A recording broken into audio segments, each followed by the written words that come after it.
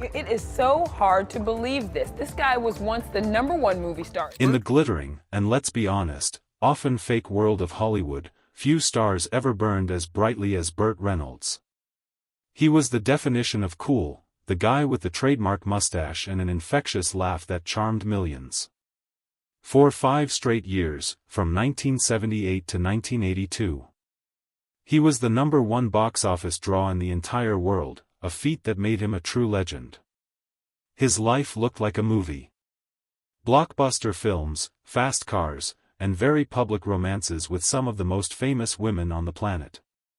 He was Smokey, the hero of Deliverance, and the coach in The Longest Yard.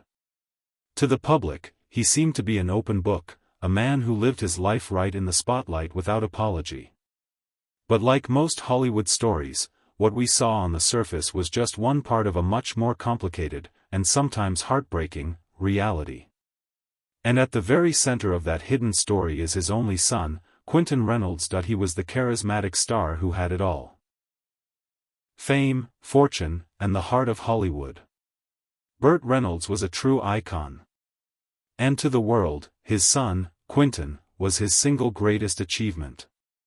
But behind the closed doors of their life, a very different story was playing out.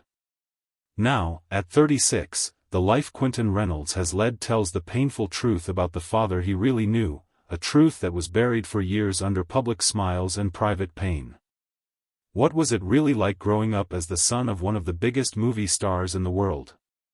And what is the devastating secret, hidden in plain sight, that was only revealed after Burt's death? The answers will change everything you thought you knew about the man behind the mustache. To understand the son, you first have to understand the father. Burton Leon Reynolds Jr. wasn't just an actor, he was a full-blown cultural phenomenon. Born in Michigan, he ended up in Florida, where he was a star football player who earned a scholarship to Florida State. An injury on the field cut his football dreams short, but it accidentally put him on a path that would make his face one of the most recognizable on the planet. Through the 70s and early 80s, Burt Reynolds was simply untouchable.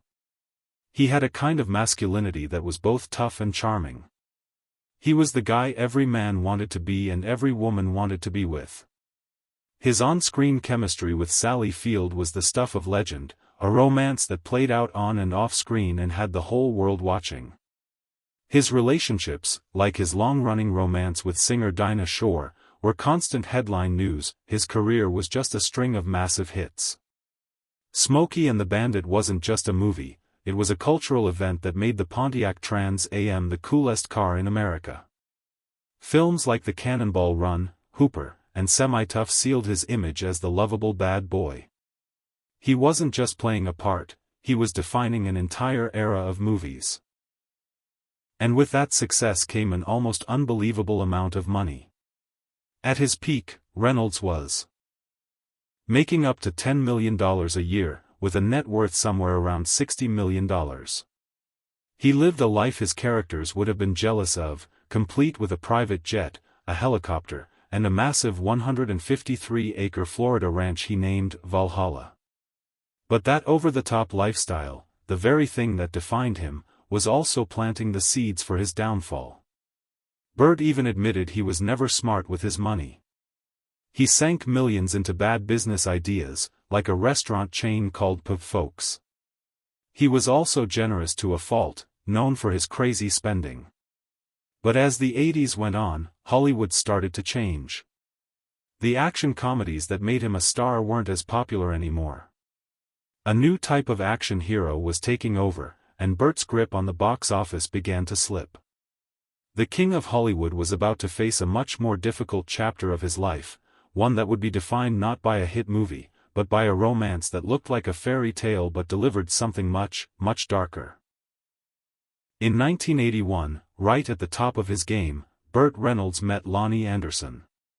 She was a huge star in her own right, playing the smart and gorgeous receptionist Jennifer Marlowe on the hit show WKRP in Cincinnati. To the public, they were the perfect couple, two of Hollywood's most charismatic stars, both incredibly famous and ridiculously good-looking. Their romance was a constant feature in the tabloids. They were a power couple before that was even a common phrase, after dating for 7 years, they got married in a private ceremony at Burt's Florida ranch in April 1988. The world was obsessed. This felt bigger than just another celebrity wedding, it felt like a Hollywood dream coming true. Burt, who had been married once before very briefly in the 60s, seemed to have finally found the one. Lonnie, who had 2 previous marriages, seemed just as in love. Together, they looked like the perfect picture of happiness. The fairy tale seemed complete when, just a few months later, they adopted a son. Quentin Anderson Reynolds was born on August 31, 1988, and Burt and Lonnie adopted him 3 days later. For Burt, who was 52 years old, becoming a father was something he had wanted for a long time. He was completely head over heels for his new son. In every interview, he would just beam with pride. He would later call Quentin his greatest achievement, which is saying a lot for a man who had conquered Hollywood. For a few years, the Reynolds family was the picture of Hollywood royalty. They were photographed at fancy events, often with little Quentin, looking like the perfect, happy family. They lived a life of unbelievable luxury, splitting their time between the Florida ranch and California. The public loved it. But underneath the glossy magazine covers and red carpet smiles, things were starting to crack. The pressure of their fame, combined with Burt's worsening financial problems and the stress of blending 2 massive careers, was creating a disaster waiting to happen. The fairy tale was about to come to a screeching, very public, and devastatingly messy end. The dream completely shattered on June 10, 1993. That was the day Burt Reynolds filed for divorce from Lonnie Anderson, saying the marriage was irretrievably broken. The public was stunned. This wasn't a quiet, respectful split, it was the beginning of one of the nastiest and most scandalous divorces Hollywood had ever seen. The 5-year marriage had blown up, and the fallout was going to be brutal. What came next was a vicious war of words fought in the tabloids. This wasn't just about money, it was about destroying each other's reputations. Burt accused Lonnie of cheating, at one point famously challenging her to take a truth serum to prove who was unfaithful first. He claimed she was a reckless spender who blew through his money and was a bad mother. Lonnie fired back with her own bombshell accusations. She claimed Reynolds was abusive, both emotionally and physically. A charge that was the exact opposite of his charming public image. She tried to paint herself as a broke victim, even though she was still making good money from her TV show, Nurses. The divorce revealed just how bad Burt's financial situation was. His lavish spending and bad investments had caught up to him. The divorce itself was a huge financial drain. Court documents from 1994 showed the split had already cost him over $2 million, and he was paying around $47,000 a month in alimony and child support. He admitted to having cash flow problems. The final settlement was expensive. Lonnie reportedly got $2 million, their vacation home, and a piece of Burt's TV series, Evening Shade. But the most tragic victim in this public war was their son, Quentin. He was only 5 years old when it all started, a little kid thrown into the middle of a media circus. His parents weren't just splitting up, they were tearing each other apart in public. The custody battle was fierce. In the end, Quentin was raised mostly by his mother in California, while Burt stayed in Florida. That distance, both geographical and emotional, would shape their relationship for years. For Burt, not being able to see his son every day was a source of deep pain. He later reflected on how hard it was. "He was only 6 when we split up," Burt once said. "I think he's heard some things from his mother that weren't great about me." It was a heartbreaking thing to admit for a father who, despite all his flaws, had always shouted from the rooftops how much he loved his son. The fairy tale wasn't just over, it had turned into a nightmare that left deep scars on everyone, sending Burt spiraling toward an even bigger public humiliation, bankruptcy. The king of Hollywood was about to lose his entire kingdom. The years after the divorce were tough for Burt Reynolds. While Lonnie and Quentin built a new life in California, Burt was stuck in Florida, dealing with the fallout of his financial ruin and the pain of his broken family. In 1996, the man who was once the highest-paid actor in the world filed for Chapter 11 bankruptcy. He listed over $10 million in debt. It was a shocking fall from grace. His financial collapse was caused by a perfect storm, failed businesses, an insane lifestyle he could no longer pay for, and the massive cost of his divorce. In fact, he was still tied to Lonnie financially for decades. The divorce wasn't fully settled until 2015, 22 years after they split, when Burt finally paid her over $154,000 in remaining alimony. He bitterly told an interviewer, "I should have known that you don't marry an actress. That was a really dumb move on my part." During all this turmoil, his relationship with Quentin was difficult. The distance was a huge problem. Burt was in Florida, fighting to save his career, while Quentin was growing up in California with his mom. Burt admitted that this put a major strain on their bond. He was a father from a distance, a famous face on a screen. Burt was painfully aware of what Quentin might be hearing from his mother's side and worked hard to make sure his son knew he was loved. No matter what. As Quentin grew up, he made a choice that said everything about his character. He decided he wanted a life not in front of the camera, but behind it. He built a career in the technical side of Hollywood, working as a camera operator and editor on movies like Ouija, Origin of Evil. This wasn't a career built on his father's name. In a statement filled with pride, Burt later said, "He never asked for any help with his career, he did it all himself, and I'm so proud of him." This quiet drive to build his own identity, far away from the spotlight that had destroyed his family, became Quentin's defining trait. While Quentin was quietly building his career, Burt had a bit of a comeback with the show Evening Shade and even got an Oscar nomination for Boogie Nights, but he never reached the incredible fame of his glory days. His health started to fail, a direct result of doing his own stunts for decades. "I did all my own stunts, which is why I can't walk now," he once said. Despite all the years of distance and drama, father and son did find their way back to each other. Over time, the wound started to heal. They reconnected, and their bond, though it had been seriously tested, was still there. Burt never stopped calling Quentin his greatest achievement. But there was one last, shocking twist left in their story, one that would come out after Burt's death and make everyone question their relationship all over again. On September 6, 2018, Burt Reynolds died at the age of 82. The world mourned the loss of a true Hollywood legend. In a surprising show of grace, Lonnie Anderson and Quentin released a joint statement, saying, "Burt was a wonderful director and actor.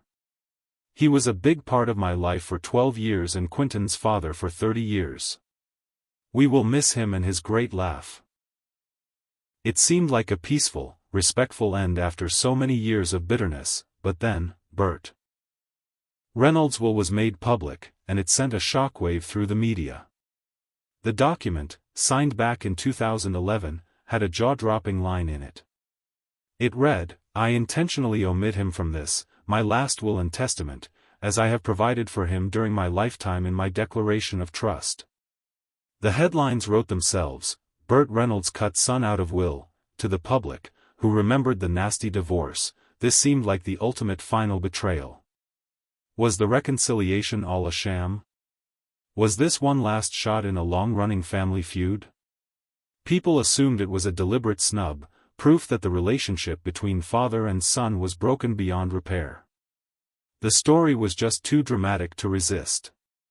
But the truth was far more complex and, in the end, much more caring. The key to understanding what Burt did was in the second half of that sentence, "as I have provided for him during my lifetime in my declaration of trust." Burt hadn't disinherited Quentin at all. He had used a very smart estate planning tool called a living trust. And by doing so, Burt was giving his son one last, incredible gift, the gift of privacy. See, unlike a will, which becomes a public document for anyone to read, a trust is completely private. Its contents, its value, and who gets what are never revealed to the public or the media. For a man whose entire life was picked apart by the press, and for a son who had chosen to live completely out of the spotlight, this was a brilliant move. Burt was protecting Quentin from the same public hell that had defined his own life and torn their family apart. By creating a trust, Burt made sure Quentin's inheritance would be safe from legal battles and the prying eyes of the world. He even named his niece as the executor of the estate, another smart move to spare his son the headache of managing a famous person's affairs. This wasn't an act of revenge, it was an act of profound fatherly protection. Burt, the man who admitted he was terrible with money, made sure his son's future was secure and, most importantly, private. The truth Quentin came to understand wasn't one of rejection, but of a complicated, imperfect father's final, loving attempt to do right by his son. The story of Burt and Quentin Reynolds is a huge reminder that the real story is rarely in the headlines. It's a story about messy families, the pressure of fame, and a love that survived through years of conflict. What do you think about Burt's final decision? Was it a genius move to protect his son, or do you see it differently? Let us know what you think down in the comments. And if you found this story interesting, make sure to like and subscribe for more deep dives into the hidden stories of Hollywood. Today, at 36, Quentin Anderson Reynolds is living life completely on his own terms. He's still a private person, focused on his successful career behind the scenes in the film industry. His net worth is a testament to his own hard work, supplemented by the private trust his father left him. He is unmarried and has completely avoided the kind of public life that defined his parents. The confession from Quentin isn't a tell-all interview, it's the truth told by the life he has led. It's the story of a man who survived a celebrity childhood, lived through a brutal public divorce, and came out the other side as a self-made, private, and successful person. He learned that his father was a flawed, larger-than-life man whose love was huge, but whose life was a mess. And he learned the ultimate truth, that in the end, his father's final act was one of protection, a carefully planned move to give his son the one thing he never had himself, a life of peace, far away from the public eye. The relationship between Burt and Quentin was never a Hollywood fairy tale, but its messy, complicated, and ultimately loving reality is a much better story.